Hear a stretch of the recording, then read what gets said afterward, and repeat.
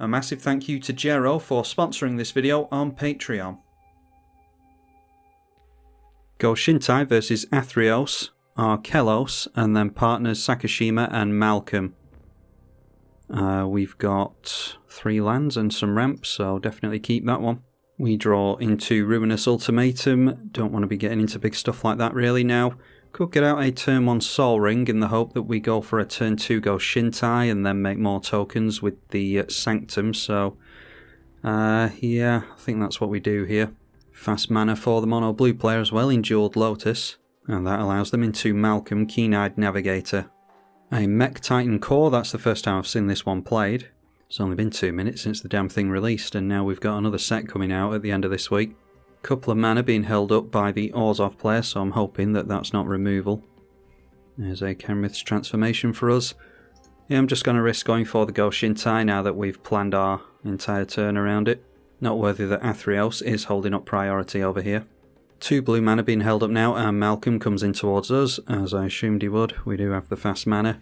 Kappa Tech Wrecker now. Be interesting to see if this is a Ninja Turtles themed deck. Yep, and that's what I expected. At the end of the turn, Vanishing Verse going on to the Go-Shintai. Hoping that the blue player isn't allowed to get into the long game here, because that is typically where they want to be. Then going back up to 7 cards in hand, that is a Night's Whisper. Still missing a land though, so that does put them quite far behind. Another Ultimatum, Eerie Ultimatum. Not making the best draws here. We'll get the Triome out, and then let's go for the Kenrith's transformation onto the Malcolm. We'll try and force them to use some counter magic here.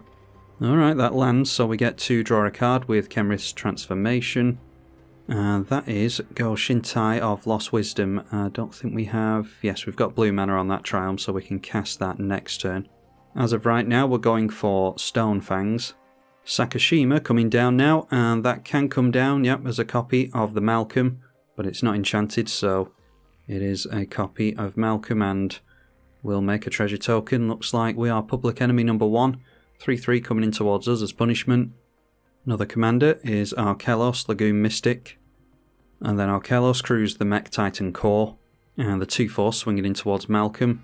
A Death Toucher coming in at us. And they do decide to remove the counter from this, so yeah, going for, well, at least it's not the Sol Ring, exiling our Sanctum. And the problem is, with Archelos being tapped down now, we're not going to be able to play another land. Have it come in untapped and then play our commander. Well, turns out we were only going to get a tap land anyway, so let's throw that out. And then I think it would be a good idea to ramp some, so let's go for destroying the vehicle. We're going to risk having all 3 of our opponents staring at us. But at least this means that it will be a bit more difficult for the Archelos to tap down. That was an Otawara. Oh, I'm bouncing our Kenrith's transformation, so wanting to ramp some more with the 2 Malcolms. 1 in at us, 1 in at the Archelos player. Those 4 treasures do come into play tap thanks to the turtle though, but that does allow them into Thoughtcast.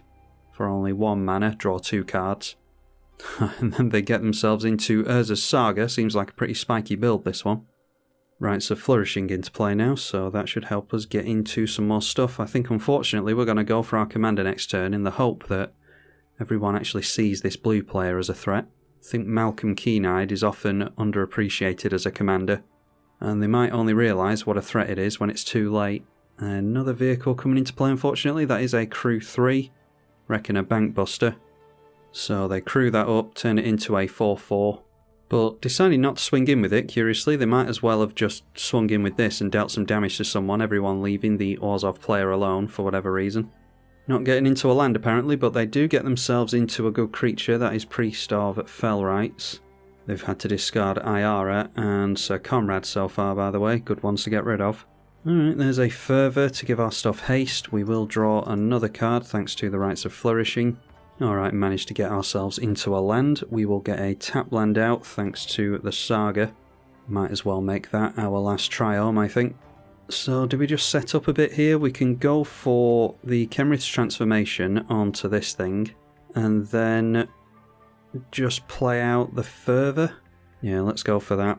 Okay, that's a Hondant of Infinite Rage. Yeah, I wonder if we should just play this out then, and forego the fact that our commander isn't in play. Oh, we actually don't have red mana. If I'd played the Kenris transformation on this and then the plateau, we would have had red mana and I could have gone for one of these red enchantments.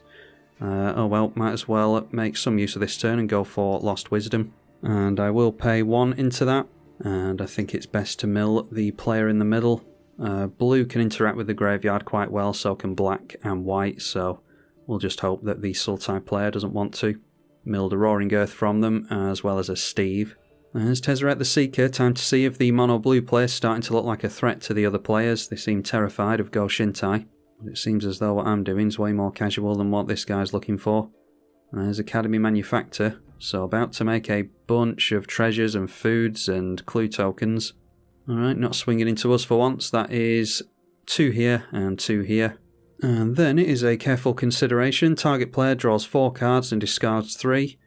If you cast it during your main phase, instead draw 4, discard 2. Well, they did do it during the main. Discarded a Deep Analysis, which they can flash back for 2 mana, and they have done that. So drawing 2 and paying 2 and 3 life. Keeping themselves at 7 cards in hand. They've got some treasures here, which I'm assuming wants to go into the Urza's Saga. But they could have counter magic. We see Wandering Archaic now. And having a look at some of these lands, they've got themselves a Roadside Reliquary, a Field of Ruin, and then some basics. They've got Path of Ancestry since turn 1 as well. Then deciding to activate this, remove a charge counter from it, draw a card. Alright, a construct token being made, and I'm assuming that that's in response to attacks. Yep, the 3/3 Archelos attacking the Tezzeret. They'll want that in the command zone again anyway, I dare say. That did encourage them to tap out though, so we're free to get our Go-Shintai down, I dare say. Using the Priest of Fell Rites to reanimate the Ayara, first of Lochthwain. Still missing a land over there, strangely. They just drew an additional card from the Rites of Flourishing, don't forget. Managing to get down a Cruel Celebrant though. So really going heavy on the Aristocrat theme. And discarding a Veto this time, so very heavy on the Aristocrat and Drain theme, wanting to combo off by the looks of it there. Right, so Flourishing, drawing us an additional card as well. We've drawn into another Sanctum in Sanctum of Tranquil Light. Okay, Toxic Deluge. That Saga is going to give all of our stuff Death Touch, which we do not care about. Actually, this Shrine could get through to the Tezzeret, couldn't it? Because they won't want to block with either of these, I don't think. So, rarely that actually is useful. Yeah, argument to be made for us not doing this to keep hold of as many shrines as possible, but I think we need to try and deal with this Tezzeret. And they decide to let it through, don't want to lose either of those like I thought, so yeah, glad to see the back of the Tezzeret Planeswalker. Making sure to hold up white for the Sanctum of Tranquil Light, and then I want to entomb on the Omniscience maybe, if we still have Go-Shintai in play by the time at the end of this turn rolls round. So not going to be able to pay for the Lost Wisdom, unfortunately. Would have milled them 2, 4, 5, 6 cards. Might be suspicious to our opponents that we're not paying into that as well. But also we do have a white mana held up, so they might be worried about swords or something. There's a Saga going on the stack there. They make themselves another construct, one with Summoning Sickness here. And then the third counter is put on the Urza's Saga. And they get to search themselves up a Soul Ring, as you would expect. So after that, it is a mirror image, copy of a creature you control. Comes down as a copy of a non-legendary Malcolm. Does this have trample? It does not, so we'll just chump this with a shrine token. The other 2 are going in at our other opponents respectively. Still at 7 cards in hand and a heap of mana held up, 9 mana. Oh, that's an awesome card. Skeletal Swarming, coming from the 3-colour player here. Both of these creatures swinging in at us, we'll just take the 5. It looked a bit like a combat trick to me. Alright, there we go. A Damnation. So that triggers the Cruel Celebrant a couple of times. We will put... Yeah, we'll just have to put Go-Shintai in our command zone. On the bright side, it looks as though the blue player didn't have any counter magic. And creatures did die there, so they've got a couple of skeleton tokens. Finally getting into that third land, so Athreos, God of Passage, can enter the field.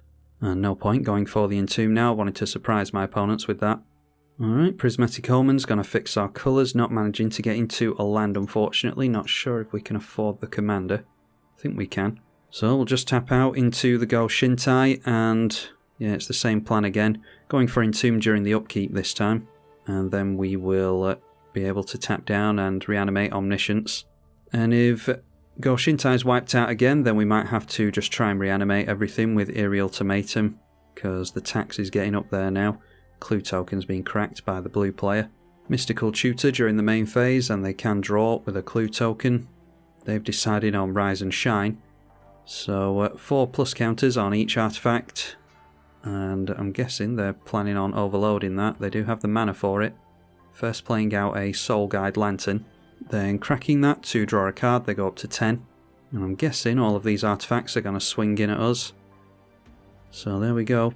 Bunch of 4/4s into play. What did I tell you about the Malcolm deck? Yep, swinging 10 of these in at us, so there's no way for us to survive that. We got off to a decent start, but we weren't really doing anything in particular. I think there was some poor threat assessment from my opponents there. So it'll be interesting to see who ultimately ends up winning this one. Oh, and there we go. I didn't realise that that player was being taken out as well. So we go down, this player goes down, and then Athreos decides to scoop it up. Nice to see your commentary verified at least. Malcolm Keen-Eyed is an underestimated commander, and it was underestimated in this video. If you want to see more from Go-Shintai, then be sure to let me know. I am currently looking into new Capina, but if you want to see a Go-Shintai game in which Go-Shintai actually does something, then let me know. I'm tribalkai.